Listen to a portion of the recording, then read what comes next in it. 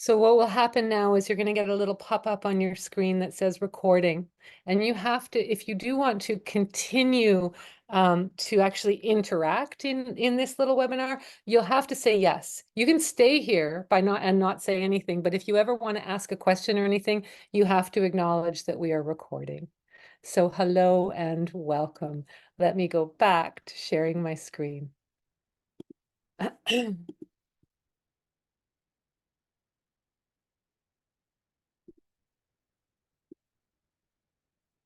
Okay, there we are. You're seeing, what does it really mean to go green, right? Are you seeing that? Yes, okay. So we're going to take a look today at what's available in terms of environmentally sensitive disposition options. And so many of us strive to kind of lighten our environmental footprint in life. And we may wonder, or we may never think about it at all. But you know what? There are some options in death as well. And before we get started, really truly get into it, I'd like to begin by acknowledging that I'm here on the traditional and unceded territories of the Coast Salish peoples. Here where I live, that's the Tsleil-Waututh, the Squamish, and the Musqueam peoples, First Nations who have stewarded this land since time immemorial. I am so grateful to be here as an uninvited guest, and I share this small land acknowledgement with you as a step on my own ongoing path of learning about what reconciliation means amidst the ongoing legacy, there's that word, of colonization. So I would also like to acknowledge that this can be a tender topic. And in that tender topic, we're talking about death after all. I can pretty much guarantee that a couple of laughs will be had, at least some chuckles, but because that's just the way I do things. But the fact is this is a big topic, and it really kind of forces us to look at um, what we are thinking about when we are thinking about the end of our life. So I just want to make sure that you know that I know that, and that whatever comes up for you, it is okay. This is free tonight, and I hope that you'll support me. I am a funeral director. I am an embalmer. I'm a death educator. I help people, even corporate groups, with what I call holistic advanced care planning. I have a bit of a Canadian introduction. I always sort of tell you what I'm not, because death actually intersects with so many things. So I'm not a lawyer, and I'm not a financial accountant, and you know what? I'm not even a cemeterian. I don't even dig the graves. But what I am is an educator with a lot of knowledge about a very specific topic. And you can kind of think of me as a bridge between professions. I came into this space, the death care space, with the sole intention of revolutionizing it, because what happens when you die, it's not actually a mystery. It's not a mystery at all. It's something that you can and you should plan for. So how can you support me so that I can keep doing this for free? You can follow me on Instagram. It costs nothing. And you can engage with my content. You already get my newsletter. You can share my newsletter with people. You could consider pre-planning your own disposition with me. That if you live in British Columbia, in either Vancouver Island or here in Vancouver, I can assist you with this, and I'm paid on a commission basis. There's no cost to you at all. And if you live anywhere else, you could say, hey, that sounded like a good idea. Who should I talk to? And I can help connect you to people to do that. I also do corporate workshops. So you could always have me, but make your boss pay. So that's one way of thinking about it too. And you can take a course with me. There's a lot of courses that are going to be dropping in the fall, and I have an incredible course starting in June here in Vancouver, live in person in June at Brock House. That's all about planning for a very long life. Actually has nothing to do with death. It's planning for a long life. So, consider that. All right. All of us have varying levels of comfort on Zoom, so I'm going to open a poll. And if you're able to participate, that's great, but don't go crazy about this. This is not going to impact your abilities with tonight, and it's not going to impact what we're up to. But if you're able to answer this question, do so. How many legal disposition options do we have in Canada? Let me get the poll up for you. Oh, there it is, right there. Legal disposition options. So you'll see a poll in front of you. Great, some of you are getting it. There's 2, 3. I have no idea. I have no idea is in the lead. Oh, I have no idea. Oh, 3, 2, 3, 4. And I'm going to go for 10 more seconds. So get your vote in if you can. Okay. So we ended up with the majority of people saying, I have no idea. But a couple people said 2, a few people said 3, and one person said 4. And a lot of people didn't participate, and that's totally okay for whatever, totally okay. But this is going to matter later. Okay. So I'm not going to tell you the answer just yet, but you will get the answer. The second poll, all right, to get a sense of what you might know about end-of-life options in general. And we're just going to, so not in general, it's specific to environmental impact. So let me get you this. Oops, shoot. Sorry, friends. Sorry about that. Let me just go right here.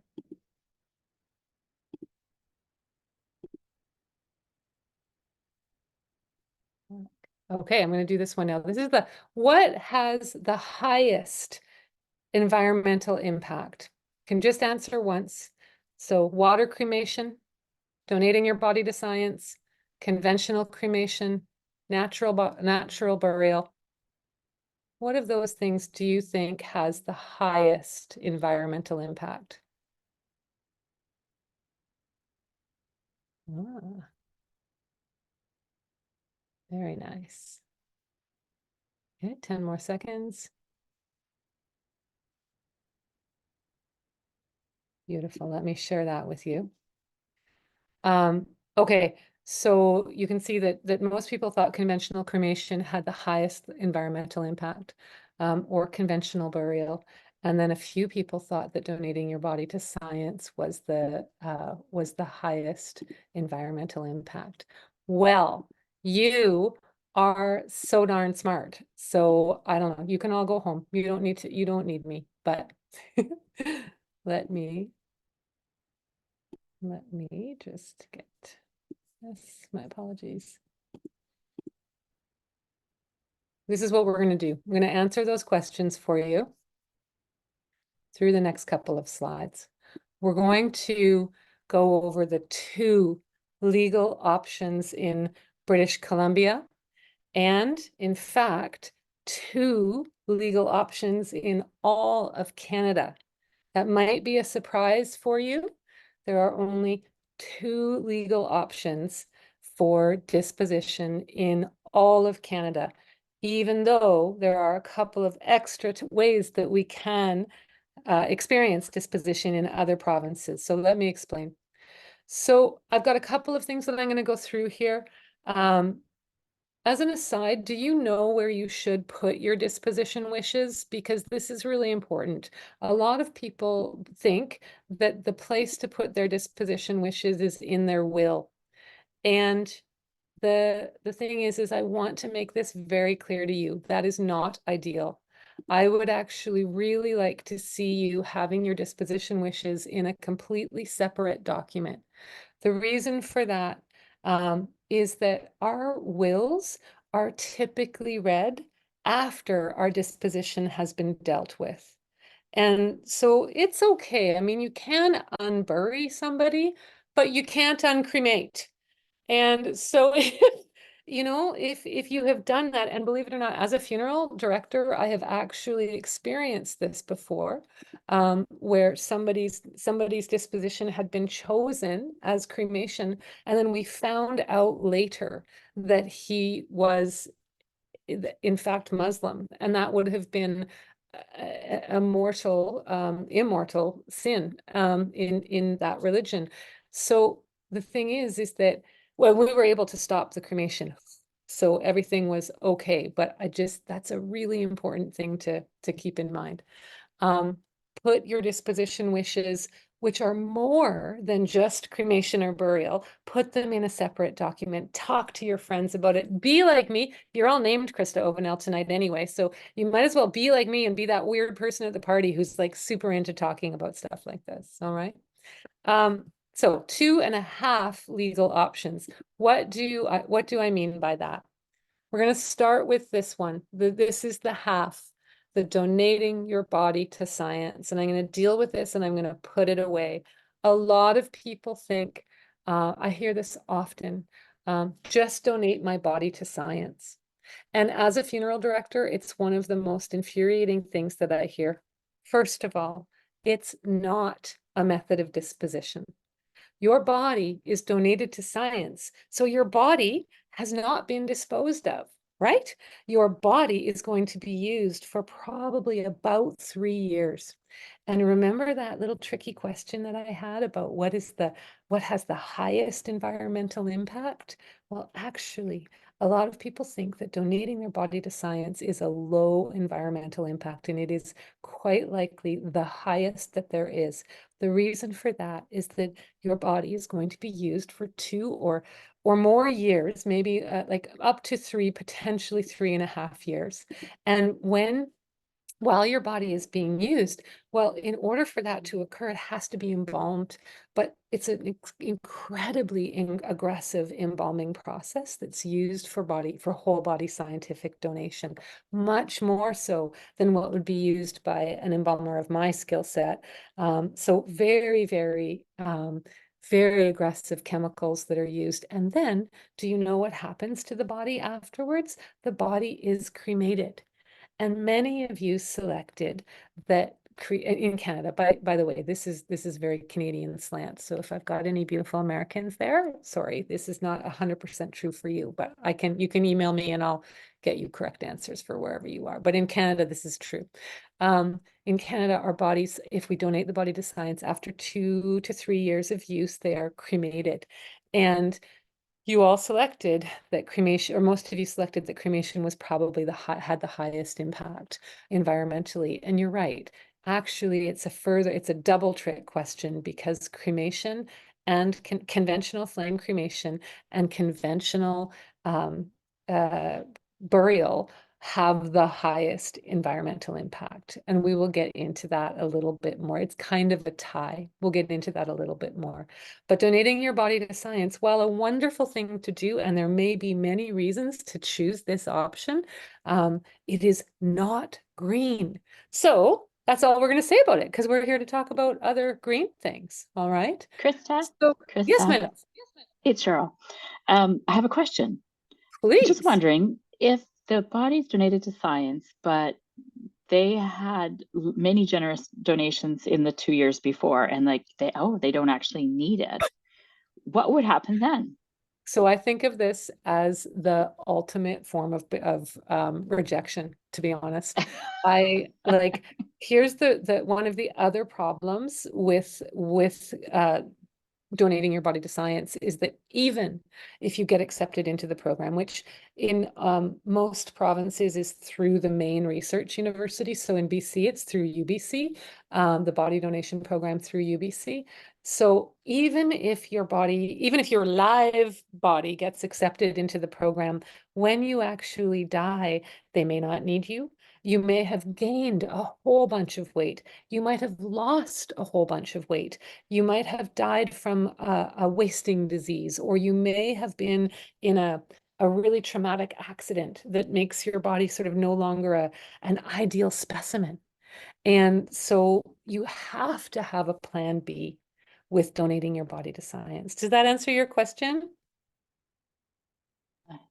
Yes, Yeah. I Yay. think so. Okay. Yeah, because they go to they can't use it, so they go to your next choice. So then they would go back to your next of kin. They get the decision would be Yeah. made very quickly. And they go to Mhm. your next of kin and say, sorry, we really don't want her.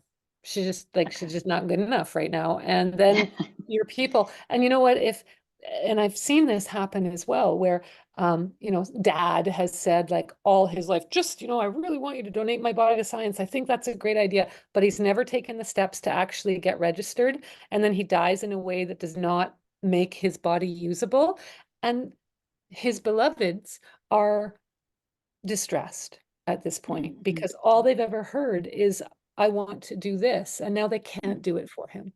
So if you're going to think about that, please have a plan B. And by the way, Mhm. just so we're in a green talk tonight, and I am a green funeral director, but I am not anti-embalming. I am not anti-conventional burial. There's room for all of it. I just want people to be aware. And I am very pro whole body scientific donation. I just want people to understand what the reality is about these sort of nice ideas.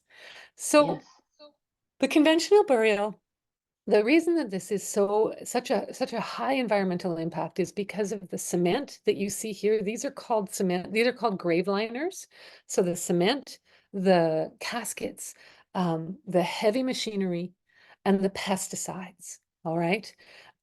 Some people say, well, the land itself is a waste of use, a waste. And I actually really don't agree with that. Again, a bit of a contrarian. Well-managed cemeteries, whether they're public or private, they are important to communities. They're like physical archives, maybe, to a city, and they actually, they the land itself isn't really, in my opinion, the issue. I think what's more of a problem is that we don't have a lot of respect for the way the land is being used. It doesn't resonate for us anymore because it's too prescriptive. But the land use itself and cemeteries themselves, either conventional or green, which we'll talk about soon, they are actually wonderful places that serve many, many, many purposes in a society. Now, flame-based cremation. Flame-based cremation in British Columbia, a lot of people think this is a greener option than conventional burial. Actually, my work is starting to get heard, and my work and the work of many other wonderful death educators is starting to be heard, because more and more often when I ask in that poll, what is the most environmentally impactful, a lot of people are now starting to answer, well, flame-based cremation. And you'd be right. It's a tie, mind you, but flame-based cremation and conventional burial are the things that have the highest impact. And the thing with cremation, like, look, this is an actual, what's called a retort. This is the furnace that is used. This is a style of furnace that is used. Um, Look at this, right? Look at where the furnaces are and how they're situated, and look at that chimney that's going up here. On the outside of this building, there's a stack that's really quite high. So the thing with cremation is that you've got sort of a triple threat. In order to house these units, you have to have quite a large space. It has to be reinforced with a ton of concrete. Again, they are expensive to build. They are not ever built to like LEED stand. Well, very rarely are they built to like LEED green standards. And they burn using natural gas for 1800 degrees, coming up to 1800 degrees for about 3 to maybe 8 hours, depending on a whole bunch of things. So the gas is an issue. Um, the smoke that's going out of the chimney is an issue. The pollutants that might be in your body are also going up the chimney. So anybody who has medical devices or things like that, those are not going to be removed. The only exception is that your pacemaker will be removed before you go into the retort. And that's because it might explode. So nothing else will come out of you if you know if grandma has a bunch of screws in her hip, or if you've got a whole new knee, or you've got plastics implanted anywhere in your body, that will be burned in that really high heat. I've heard it said, well, I've researched it, and the amount of greenhouse gases caused by one flame-based cremation is consistent with the amount that you would get if you got in your car, your sort of, 97 Toyota Camry, your gas-powered car, and drove from here to Toronto. I'm in Vancouver, so East Vancouver to Toronto. One cremation. And in British Columbia, which is not the biggest province at all, between 80, depending on where you live, between 80 and 94% of people chose cremation last year. And 44,000 people died in British Columbia last year. So these are big numbers. You've got smoke literally going up the chimney. You've got the natural gas, and you've got the actual those units themselves and where those units have to be housed. These are very polluting. So this is a big polluter. And then we've got the ashes. All right. So what's kind of funny is, depending on where you are, between 80 and 94% of people in British Columbia, they end up using cremation as their chosen disposition method. And about maybe 60-ish% of people indicate that they would like their ashes spread in nature. Okay, but let's think this through, right? We call cremated remains ashes, but they're not ashes. What they really are is bones. On a chemical level, they flame cremated remains, they are nothing like actual ashes. They are much more comparable to charcoal or fossils. Once buried, if they get buried, they absorb moisture and they kind of turn into like a cement-like paste, and they remain in this state for decades. All right, and they will leach toxins into the surrounding environment. They are highly alkaline. They have a base pH level for the scientists in the room of nearly 12, 11.8 pH level, which is consistent with bleach products, right? At 11 to 13 pH. For plants to grow, soil should have a pH of around 5.5 to 7. So if you had a small garden and you put a cremated remains, well, here, let me show you. Everybody, meet Dad. So this is how much you get. And it's heavy. It's about 8 pounds, right?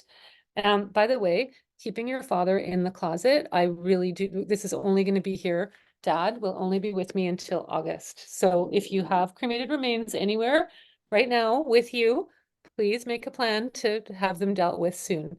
I'm taking my own medicine and we are doing something in August. So there you go.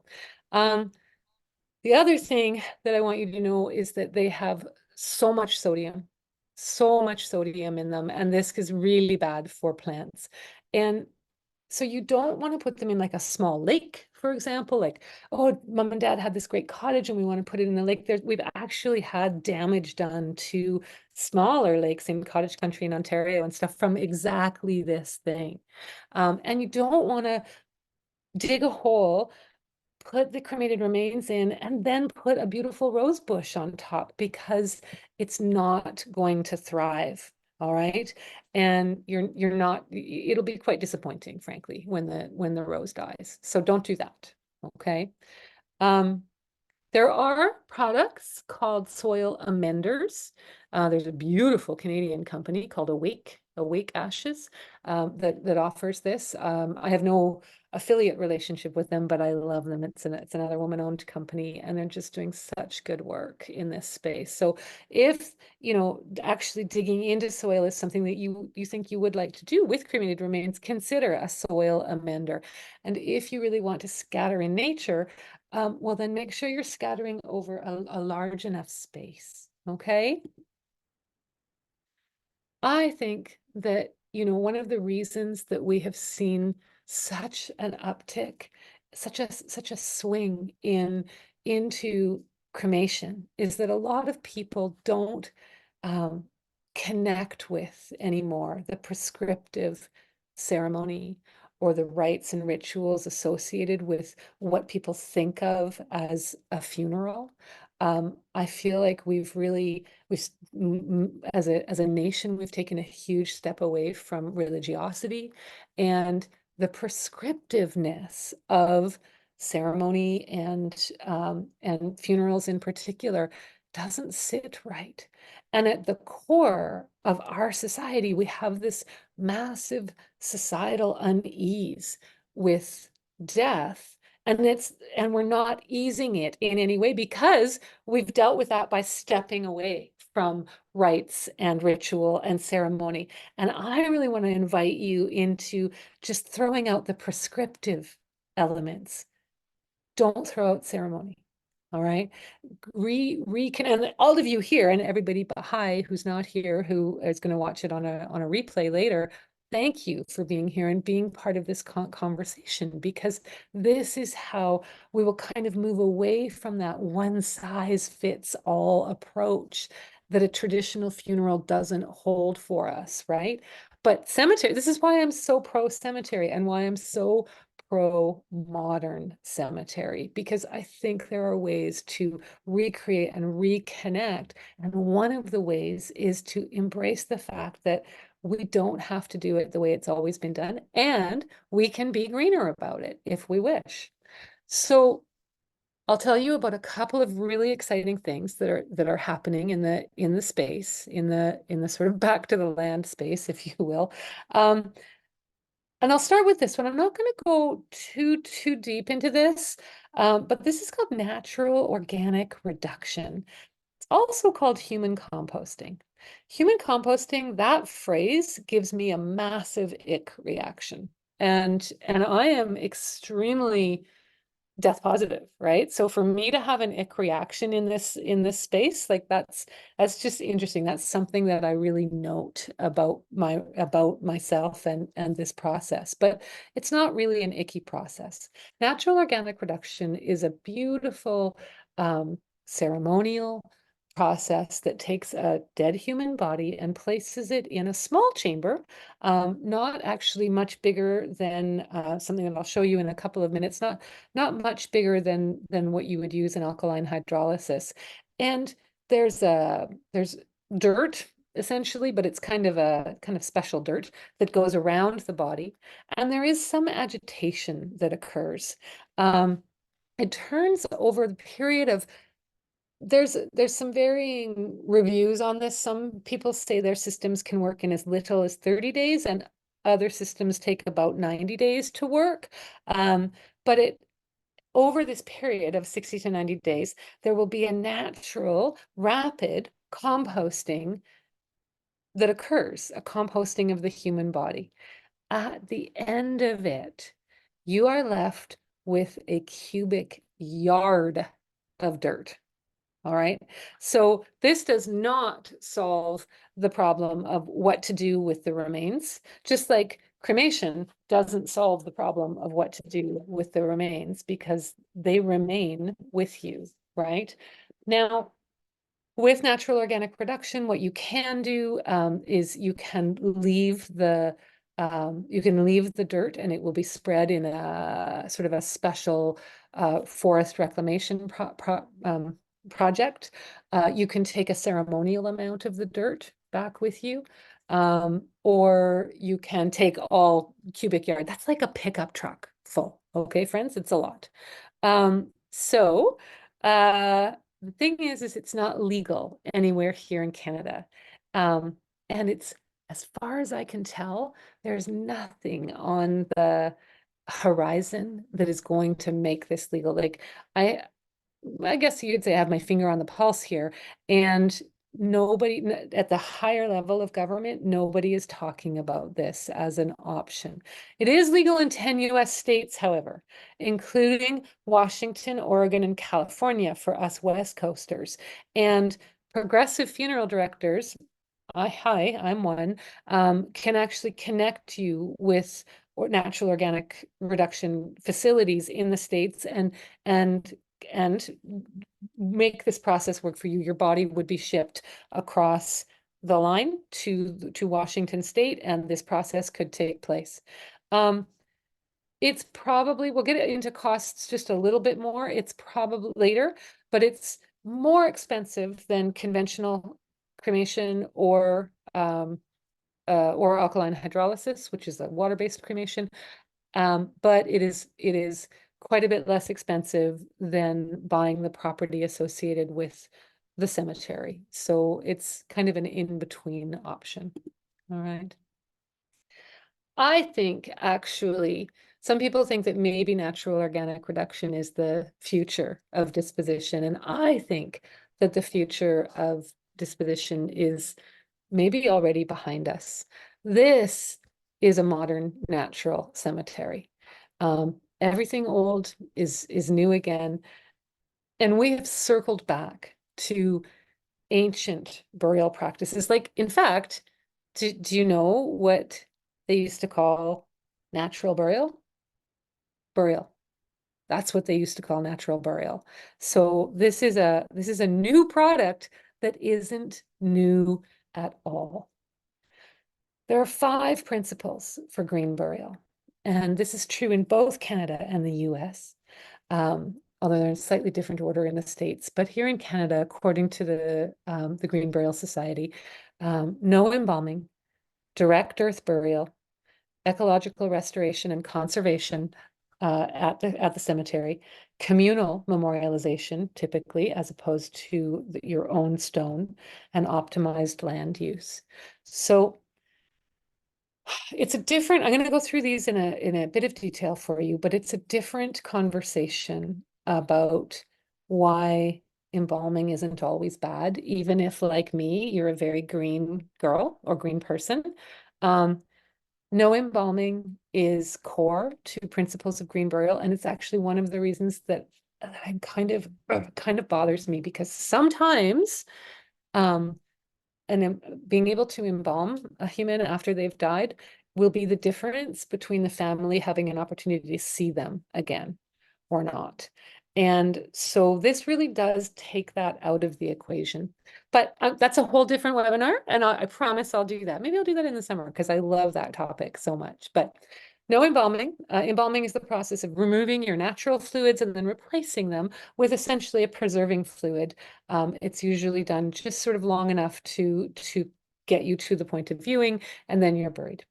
Direct earth burial, that means that your body goes into the ground as opposed to into a concrete liner.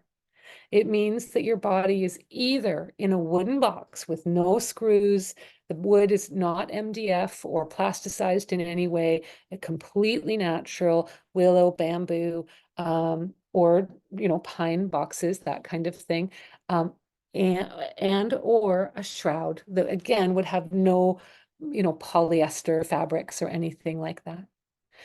Ecological restoration and conservation. What this means is that once a green burial has been completed, the surface of every grave is, after a bit of time, allowing for some of the natural grave settling, it will be planted with locally indigenous plant materials and a combination of ground cover, shrubs, trees. These plantings will normally be done according to sort of a whatever the cemetery wants, to optimize the creation and enhancement, and frankly, the integration of the whole overall interment area, right? So there's a lot of thought that goes into this, but everything in a certified natural burial cemetery will have this as one of its core pillars. Communal memorialization, this is different in some new emerging places like Salt Spring Island Cemetery. I'm going to show you some beautiful pictures. They do allow natural headstones, but not things that are carved of aggregate or that kind of thing. And communal memorialization will often mean a wall with names and dates rather than a big, large headstone that interrupts the nature, right? And then optimized land use. So this is different from ecological restoration. This is design elements that include the minimal installation of infrastructure. So roads in the cemetery. There would be temporary roads that could be removed or converted into interment lots later. This has actually been done at Mountain View Cemetery here in Vancouver. And what this does is this allows the interment capacity of a cemetery to be maximized. And usually this would this doesn't go hand in hand with the way the big corporates like to do it. They want the maximum number of dollars for each unit rather than using the space to the best of its ability. So those are the 5 principles of green burial, and I am a huge, huge fan. Salt Spring Island Natural Cemetery, Kathy Valentine is the co-owner, co-founder of this, and a dear friend, and someone that I work with very, very closely. She has allowed me to use these slides, and Nancy has also allowed me to use these slides. This is an example of, actually, it's not a communal, it is personal just for Nancy, but you'll see it's made out of materials that were right there on site and selected there. It's undeniably beautiful, right? This is a recent grave site. Here's in the background, you can see some more carving on a rock. And it's just lovely. Here's the way the graves are centered in one part of the cemetery there. You see they're fairly close together. Natural burial is quite shallow as well. You would only be about 3 feet as opposed to 6 feet under. So we'd have to get new t-shirts that would say 3 feet under. This is Kathy with a casket. Maybe she's keeping it for later, I'm not sure. But anyway, that's my dear friend Kathy. I adore her. And that casket is made by a local casket maker on Salt Spring. Or actually, I don't, sorry, she might not be, but she's still close to Salt Spring. I hear sometimes people say, oh, I would love to be a tree.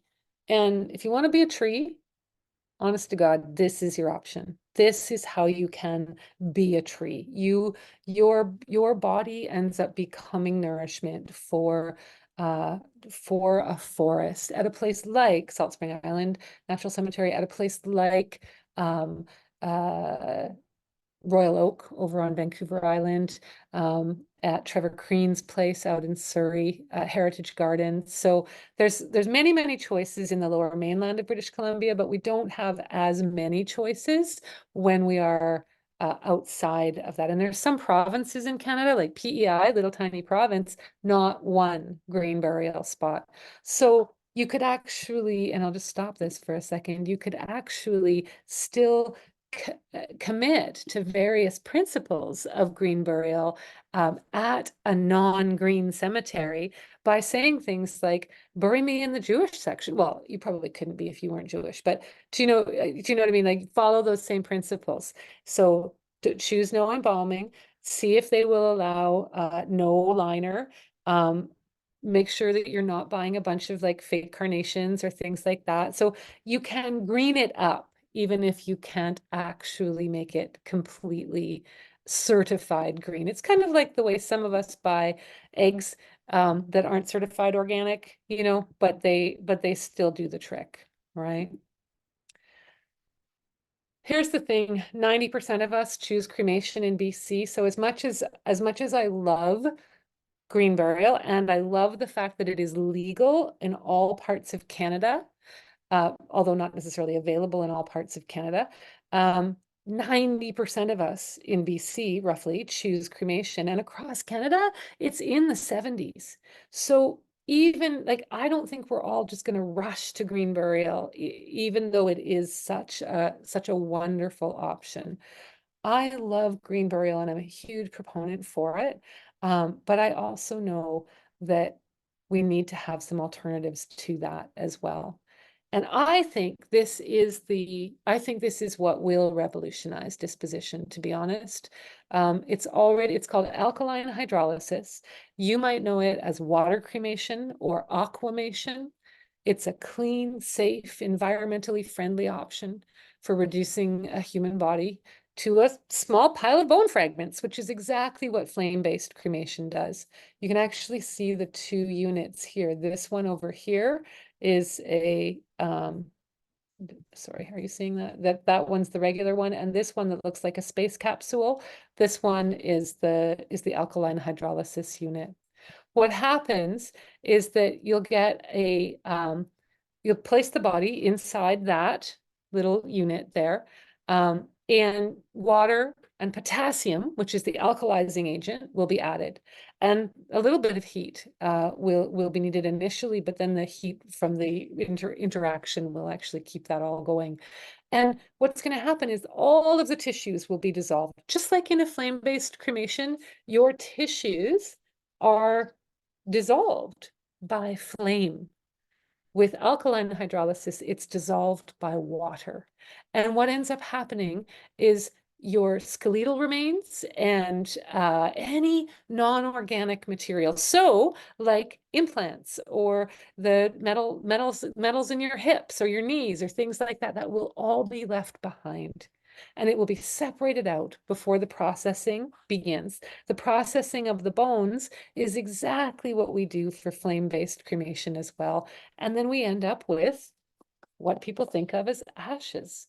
With cremated remains, flame cremated remains, we get about 7 or 8 pounds. We get probably about 30% more than that with a non-flame based cremation. But everything else is pretty much the same.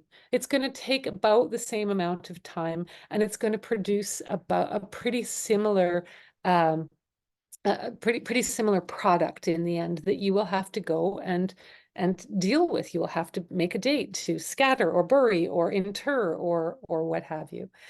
It's currently legal and being practiced in four territories, no, 4 provinces and 1 territory. 22 states in the US have legalized this. And in British Columbia, believe it or not, we already have alkaline hydrolysis. That's probably a surprise to folks. The thing is it's only legal for pets or livestock in British Columbia right now. And that really needs to change, right? Look at the unit, right? Look at the unit. This is the kind of thing that can be, honestly, it can be put in a garage. And as the baby boomers begin to age and die, which is just about to start happening, we are not going to have enough retorts, enough chambers to cremate people. Remember what happened during the heat dome here in British Columbia a couple of years ago. We had 600-700 extra people die in a 1-week period, and the waits for cremation times went from days to over 3 weeks. We don't have time to build a bunch of retorts. We don't have time, nor do we have the legislation in place to do so. We need to get this legalized here. It's not legalized yet, although it is in so many other places, and it's safe, and it's sort of been proven 100 different ways already. I know that you'll want to know a little bit about the money side of things, so let's talk about that. And I want to make sure that we're making fair comparisons. Uh, I will answer those 2 questions in just a minute. Sorry, my loves. I just wanted to make sure that there was nothing that I wasn't going to get to. So what I mean by that is that green burial is absolutely more expensive than a typical flame-based cremation. And in the provinces where alkaline hydrolysis is legal, it is still less expensive than green burial. But here's the thing, with green burial, you've got kind of a 3-in-1 deal. You're getting the disposition, the body is being dealt with. You're also having ceremony. Automatically, there is ceremony attached to a burial. And you've got a permanent memorialization all in place with green burial. So yes, it's more expensive, but whether it's flame or water-based cremation, and by the way, as an aside, that's why the answer to the question, how many legal options are there in Canada for disposition? The answer to that is only two. It is burial or cremation. We happen to have flame or water-based cremation, and we happen to have green or conventional burial. But at the core, there are only two legal options in Canada for disposition. In other parts of the world, there are more legal options, but here in Canada, just two. So water or flame-based cremation is just disposition. And there's still decisions that need to be made about ceremony and memorialization. And if you go have a big party at the golf club or something, then and then maybe you get a bench with a plaque on it that in a park for 10 years at a time, you will easily pay what it costs to conduct a green burial. So remember, you need to compare apples to apples. And a typical cremation in the province of British Columbia, here in the Lower Mainland, the lowest that you could pay would be around $1,400, and the highest that you could pay would be around $6,500 for an unwitnessed cremation. It involves picking up the body, getting everything, getting all the paperwork in place, the same stuff at these two places. But I want to address the fact that we have such a range here. By the way, in the interior of BC, it's about parked in the middle. It's about in the $3,500 range in the middle, in the middle of this province too. And I want to address that, okay? Cheaper, there's no delicate way to say this, but cheaper isn't always better. And you think about in life how you make decisions like, are you going to buy that at Amazon or are you going to buy that at the local bookstore? At Amazon, you can get it for 30% cheaper. But at the local bookstore, you're contributing to your community. Or maybe you just love that particular bookseller, right? We can do this at end of life too. We can make decisions as to whether we are going to support smaller players or if we're going to go with the Amazon equivalents. I shop at Walmart sometimes. I'm not making any judgments about what you decide to do, but I want you to decide to do it intentionally rather than just having never thought about this and then having to make a whole bunch of decisions very, very quickly when something has happened. Either your family has to make decisions quickly or you do. So the really big players, I think key to this takeaway is that the really big players can drastically undercut smaller providers. And that eventually results in less choice and poorer service for everyone. So get to know your funeral provider, understand who they are and who owns the company and what they pay do they pay living wages? Whatever it costs, that cost has a cost. So again, cremation, you're going to be looking at between in the Lower Mainland around $1,500 at the very low end, $6,500 at the high end. I kind of think you'd be crazy to pay either of those. And sort of in the middle is what is actually what the kind of real costs are associated with cremation. If you're serious about saving money, and I am Ukrainian, so this is like hardwired for me, then I am going to give a little plug for pre-arranging and even prepaying for your funeral services because, well, if you live in BC, I can help you. But if you live in other parts of Canada, I can connect you with the people who can help you.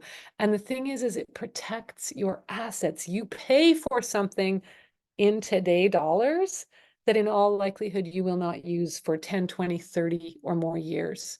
And that cost will never go up. I see you laughing. Some of us, it might not be 30, but many of us, it will be, okay?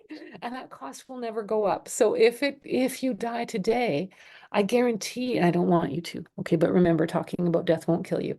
I guarantee that if you die today, you're going to pay less than if you die in 10 or 20 years. So if you pay for it today and don't die for 10 or 20 years, you're in good shape, all right? Many people think there are two decisions that need to be made when you die, cremation or burial. but there's actually about 87,322 decisions that need to be made. And when you work with somebody like me or other sort of ethical funeral providers, we can help guide you through that so that you understand what they are and how they will impact your family and how having your input will help the people who you love most. Green burial, just quickly, the three places that I work most frequently with, Salt Spring Island, about $5,500 for the hole in the ground, okay? For the beautiful Trevor Crean's place out at Heritage Gardens, about $7,500 for the hole in the ground. And at Royal Oak, it's like 10 plus, 10K plus. That's a beautiful cemetery. Now that's just for the hole. We're not dealing with the body. So this is quite a bit more than cremation, but remember, it's not apples to apples. You're getting more with green burial because you're kind of getting it all. You're taking care of disposition, ceremony, and memorialization, which you may or may not be doing with cremation. So this is still free, and I still hope that you support me so that I can keep doing this. I'm going to switch over to, there you go. If you want to, you can take a picture of that with your phone, and it will take you to, let me just show you. You don't have to because I'm going to send this to you as well. But if you want to, that will take you to the alkaline hydrolysis, aka aquamation. It will take you to the place where you can sign a petition that has been written in such a way so that it can be presented on the floor. The members of the Legislative Assembly here in British Columbia can see this. We don't have enough signatures yet, but if you want to, you can go and sign that form and help us get this option legalized because it's not legal yet. All right. I'm going to start with these questions in the thank you for this. How alkaline are the cremation? Oh, how alkaline are the cremated remains from aquamation versus conventional cremation? So we actually don't know that yet. And what I can do, Meg, is if you email me that, I can put you in touch with the folks at Awake. They are dealing with some studies to get a really clearer picture of that. Right now, we think that the cremated remains are they're slightly better after alkaline hydrolysis than the flame cremation because they're not carbonized. And they're much finer and powderier, but you've kind of hit something on the head. How alkaline are they, right? We know they have a more neutral balance, but they're not completely neutral. Alkaline hydrolysis is legal in Saskatchewan, Ontario, Newfoundland, Quebec, and the territory, Northwest Territories. That's where.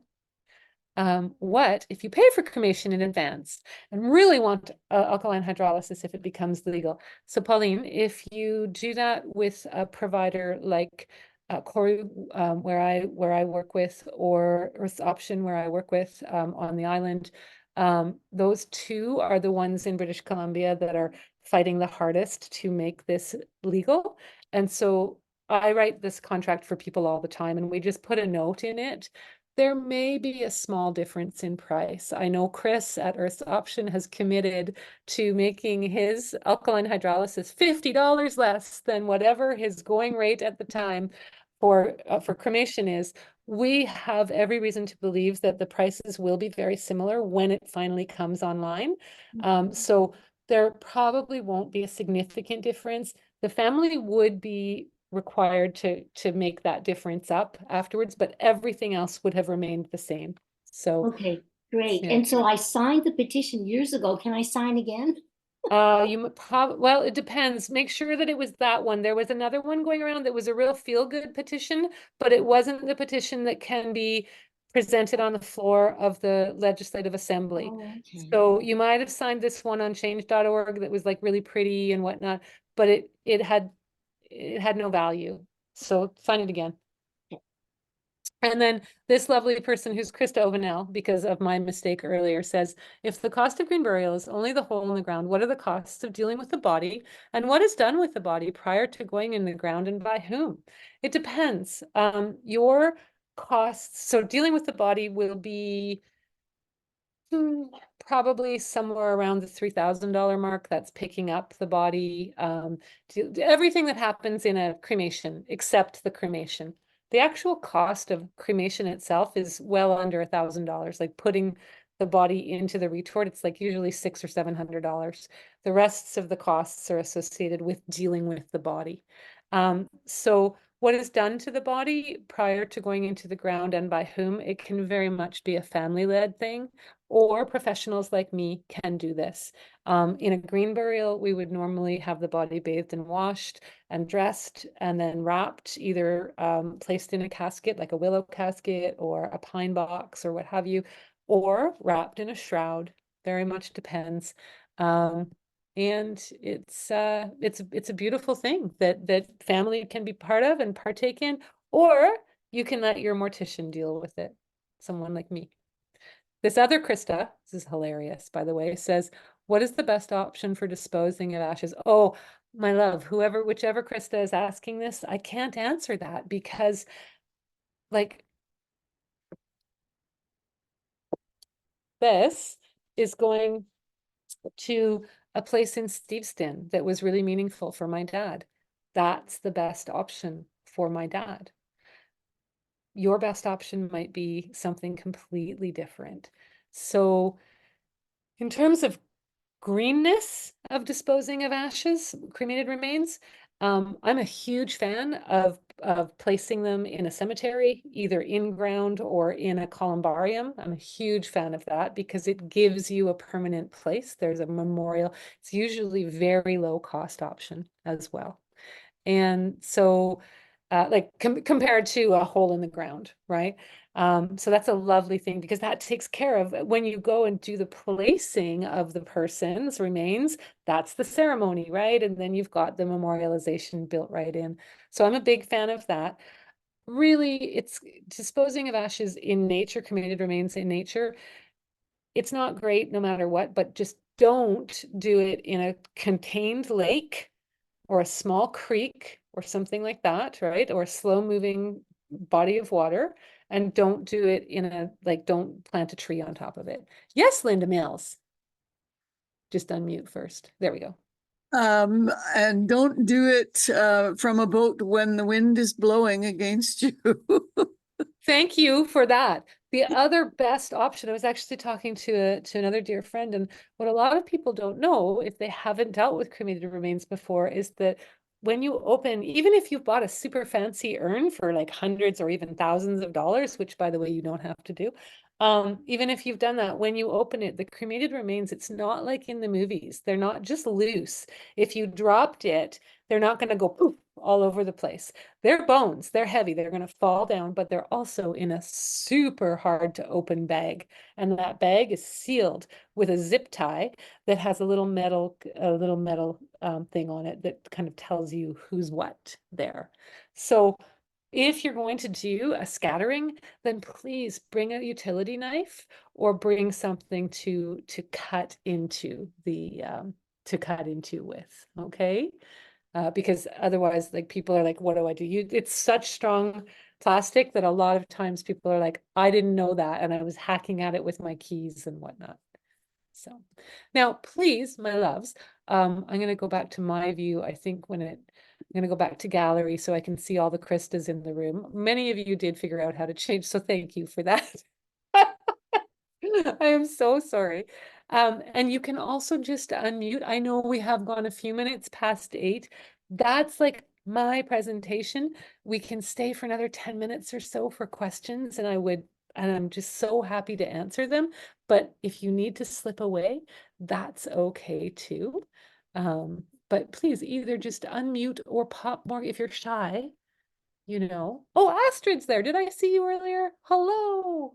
Oh my gosh, this is so good.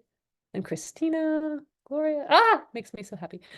Sorry, I'll stop just rattling off names. There's a lot of Kristas that I can't even see, and I don't know who they are.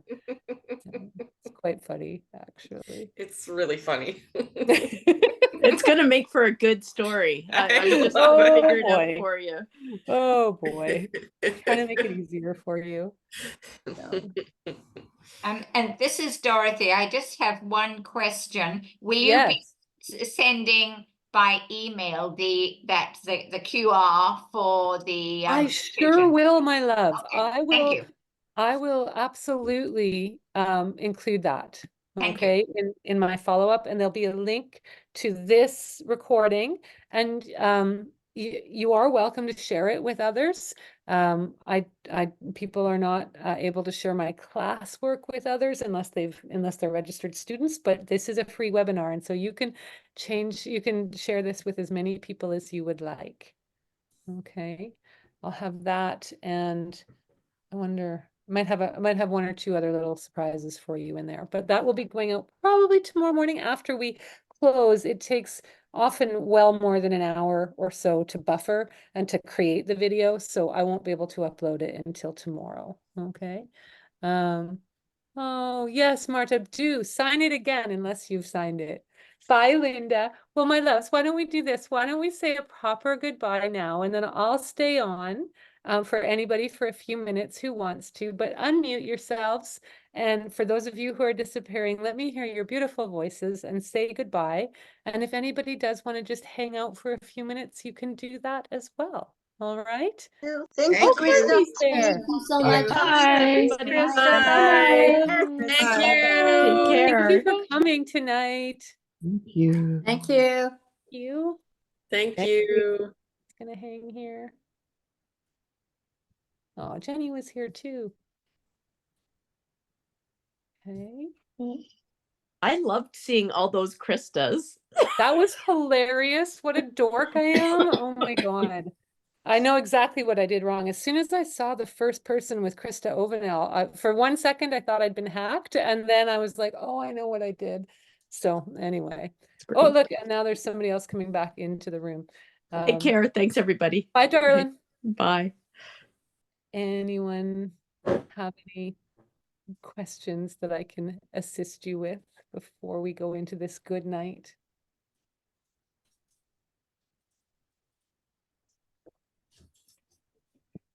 It's just. Bye, Wendy. All right. Well, then I think folks are off to the races. I hope you enjoyed that. I was so glad to have you, or watching it later. Please be in touch with any questions. Bye.